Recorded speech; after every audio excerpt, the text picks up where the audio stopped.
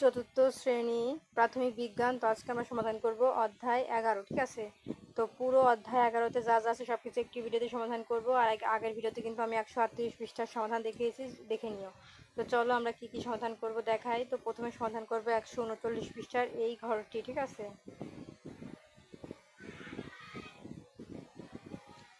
তারপরে দেখো এখানে 140 পৃষ্ঠার আরও একটি ঘর আছে, আমরা এটাও সমাধান করব।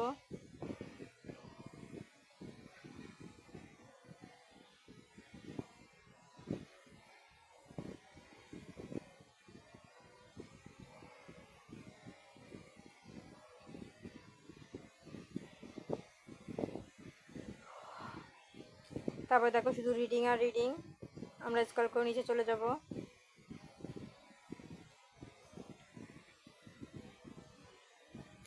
তারপর আছে 148 পৃষ্ঠা আমাদের শূন্যস্থান, ডান বাম মিলকরণ এবং সংক্ষিপ্ত প্রশ্ন। ঠিক আছে, তো আজকে আমরা এই 3টা পৃষ্ঠার সমাধান করব। তারপরে দেখো আর নেই, এখানে কিন্তু আমাদের সমাপ্ত। ঠিক আছে, তো চলো আমরা প্রথম থেকে ভিডিওটি শুরু করি এবং বলে রাখি চ্যানেলটি সাবস্ক্রাইব করে দিতে, এবং আমার এই ভিডিওর কমেন্টে আমি আমার আরেকটা ইউটিউব চ্যানেলের লিঙ্ক দিয়ে রাখবো, তোমরা ওটা কিন্তু সাবস্ক্রাইব করে দিবা। কারণ অনেক সময় এই ভিডিওর সার্চ করলেন তোমাদের ফোনে, অনেকের ফোনে যায় না, হঠাৎ মানে সবার ফোনেই যায়, হঠাৎ দেখা গেল না, সেক্ষেত্রে ওই চ্যানেলে তোমরা পেয়ে যাবা। ঠিক আছে, তো এই দেখো আমাদের হচ্ছে 11 অধ্যায় চলে এসেছি। এখন আমরা এগুলো সমাধান করব। তো দেখো এখানে আমাদের কি লেখা আছে। 1 নম্বরে বলা আছে, দৈনন্দিন জীবনে আমরা যেসব সমস্যায় পড়ি এবং তা নিয়ে চিন্তা করি, সমস্যাগুলো হতে একটি সমস্যা বাছাই করি। আর এখানে বলেছে বাছাইকৃত সমস্যাটি কিভাবে সমাধান করা যায় তার পরিকল্পনা নিচের ছকে লিখি।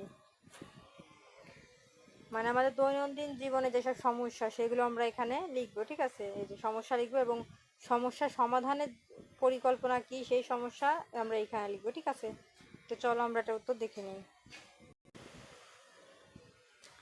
তো এই দেখো প্রিয় শিক্ষার্থীরা, এই হচ্ছে সমস্যা কি, ঘুম থেকে উঠতে দেরি হওয়ার ফলে স্কুলে যেতে দেরি হয়। আর সমস্যা সমাধানের জন্য পরিকল্পনা কি, এই দেখো রাতের খাবার তাড়াতাড়ি শেষ করা, ঘুমানোর আগে মোবাইল বা টিভি বন্ধ করা, প্রতিদিন রাতে একটি নির্দিষ্ট সময় ঘুমাতে যাওয়া, ঘড়িতে অথবা ফোনে অ্যালার্ম সেট করা। তো আমাদের বইয়ে কিন্তু 1 2 3 আরও 3টা, মোট 6টা ছিল, আর এখানে 3টা আছে। আর একটা আমি নেক্সট পেজে দেখাচ্ছি, এই যে দেখো আরও 3টা সব। ঠিক আছে, মানে বইয়ে ছিল 6টা ঘর, আর ওই পেজে আমি 3টা ঘর দেখিয়েছি, আর এই পেজ আর 3টা। তারপরে দেখবা বাবা মা অথবা পরিবারের অন্য কোনো সদস্যকে বলে রাখা যাতে সঠিক সময় ডেকে দেয়। তারপরে সকালে অ্যালার্ম বেজে উঠলে সাথে সাথে বিছানা থেকে উঠে পড়া, স্কুলে যাওয়ার জন্য প্রয়োজনীয় জিনিসপত্র রাতে গুছিয়ে রাখা। তো এই ছিল আমাদের সমাধান। তো প্রিয় শিক্ষার্থীরা, আমাদের কিন্তু 139 পৃষ্ঠার উত্তর কমপ্লিট। এখন আমরা স্ক্রল করে নিচে চলে যাব। তো দেখো এখানে আমাদের বলেছে যে সমস্যা সমাধানের ধাপসমূহ। ঠিক আছে, এই যে সমস্যা সমাধানের ধাপসমূহ। তো দেখো এখানে আমাদের কি বলেছে যে উপরের সমস্যা সমাধান সম্পর্কিত চিত্রটি ভালোভাবে লক্ষ্য করি। 2 বলেছে বিদ্যালয়ের বাগানে ফুল গাছের পাতা হলুদ হয়ে যাচ্ছে, এই সমস্যা সমাধানের জন্য কি কি কাজ করতে হবে তার একটি তালিকা প্রবাহ চিত্র অনুসরণ করে নিচে লিখি। মানে বিদ্যালয়ের ফুলের গাছ হলুদ হয়ে যাচ্ছে, এই সমস্যা সমাধানের জন্য কি করতে হবে তার তালিকা আমরা এর মধ্যে লিখবো। তো চলো আমরা উত্তরটি দেখে নিই। এই যে দেখো উত্তর সমস্যা 1। হ্যাঁ, মানে যে কয়টা ঘর আছে আমরা ঘরে এক একটা করে নাম লিখবো। তো সমস্যা, এই যে বিদ্যালয়ের বাগানে ফুল গাছের পাতা হলুদ হয়ে যাওয়া। 2 তথ্য সংগ্রহ, পুষ্টি উপাদানের অভাব, পানি কম দেওয়া বা অতিরিক্ত পানি দেওয়া, রোগ বা পোকামাকড়ের আক্রমণ ইত্যাদি কারণে গাছের পাতা হলুদ হয়ে যায়। তারপরে 3 নম্বর ঘরে লিখবা সম্ভাব্য সমাধান। এই যে এখানে লিখবা 1 গাছে পুষ্টির অভাব হলে সার প্রয়োগ। 2 গাছে অতিরিক্ত পানি দেওয়া হলে পানি নিষ্কাশনের ব্যবস্থা করা। 3 গাছে রোগ বা পোকামাকড়ের আক্রমণ হলে তা দমন ব্যবস্থা করা। 4 গাছের পাতাগুলো হলুদ হয়ে গিয়েছে, সেগুলো কেটে বাদ দেওয়া। তারপর দেখো এখানে অনেকগুলো লেখা আছে। 5 নম্বরে তোমরা লিখবা গাছটিতে সূর্যের আলোর অভাব হলে সেখানে পর্যাপ্ত সূর্যের আলো পৌঁছায় সেখানে গাছ রাখা। 6. গাছের গোড়ার মাটি আলগা করে দেওয়া, আগাছা পরিষ্কার এবং নিয়মিত পর্যবেক্ষণ করা। 4.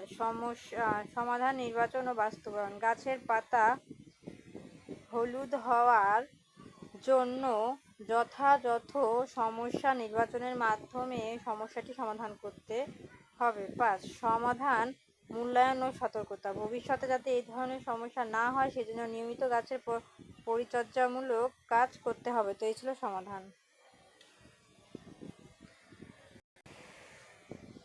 তো প্রিয় শিক্ষার্থীরা, আমাদের 140 পৃষ্ঠা উত্তর কিন্তু কমপ্লিট। ঠিক আছে, এখন আমরা স্ক্রল করে নিচে চলে যাব। তো নিচে এইগুলো অনেক রিডিং আছে, তো এগুলো আমি পড়বো না। মেন যে সমস্যাগুলো আমি কিন্তু সেগুলোই শুধু সমাধান করে দেখাবো। ঠিক আছে,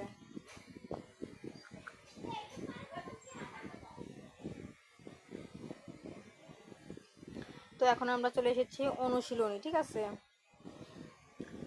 এখানে আছে শূন্যস্থান পূরণ করি। তো এখানে ক, খ এবং গ নাম্বার শূন্যস্থান আছে। দেখো ক নাম্বার বলেছে কোনো সমস্যা সমাধানের জন্য কাজের ড্যাশ করতে হয়। তো চলো আমরা প্রত্যেকটা শূন্যস্থানের উত্তর দেখে নিই।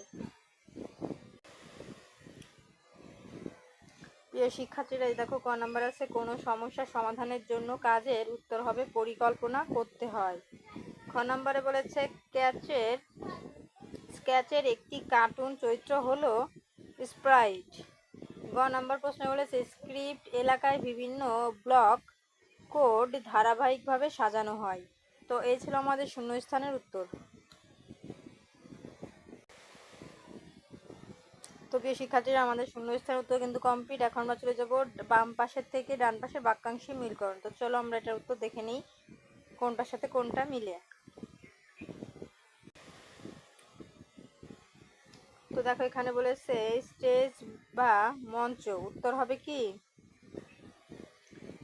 স্কেচ এডিটরের ডান পাশের অংশ। তারপরে দেখো এখানে আছে কোড এলাকায়, উত্তর কি হবে স্ক্র্যাচ এডিটরের বাম পাশের অংশ। তারপরে 3 নাম্বার আছে পরিকল্পনা, উত্তরে কি হবে সমস্যা সমাধান। ধারাবাহিকভাবে অনুসরণ, মিলবে কি যৌক্তিক নির্দেশনা। তো এই ছিল আমাদের ডান পাশের এবং বাম পাশের উত্তর।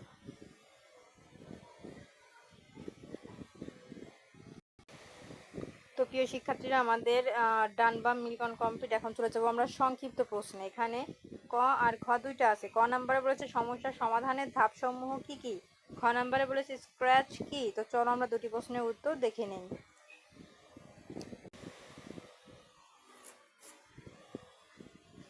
তো প্রিয় শিক্ষার্থীরা, ক নাম্বার প্রশ্ন সমস্যা সমাধানের ধাপসমূহ কি কি, উত্তর সমস্যা সমাধানের ধাপসমূহ হলো 1 সমস্যা চিহ্নিত করা, 2 তথ্য সংগ্রহ, 3 সম্ভাব্য সমাধানসমূহ চিন্তা করা, 4 সমাধান নির্বাচন ও বাস্তবায়ন, 5 সমাধান মূল্যায়ন ও সতর্কতা। এই ছিল আমাদের ক নাম্বারের সমাধান।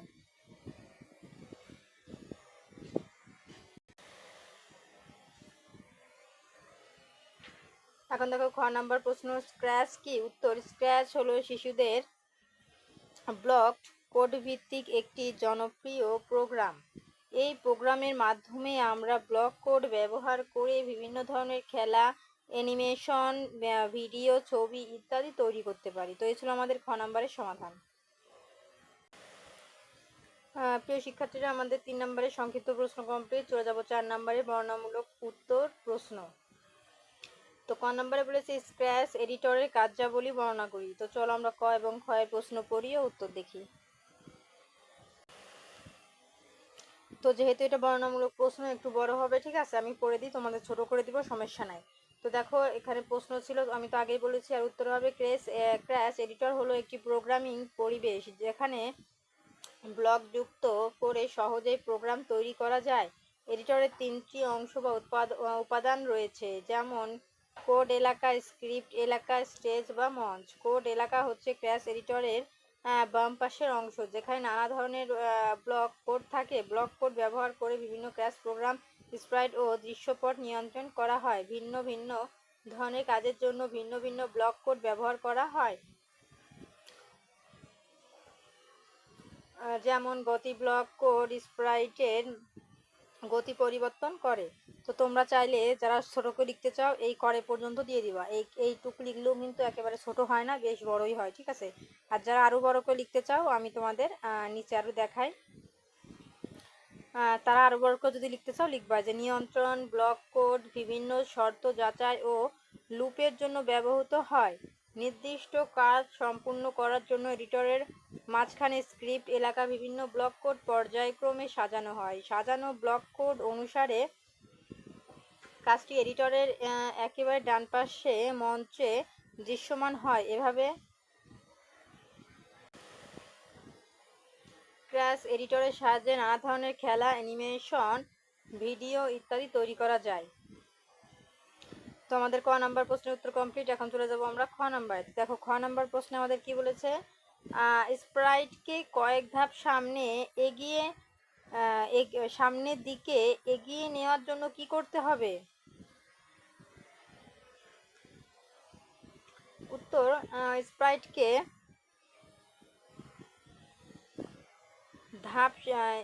কয়েক ধাপ সামনের দিকে এগিয়ে নেওয়ার জন্য যা করতে হবে তা নিচে দেওয়া হলো। 1.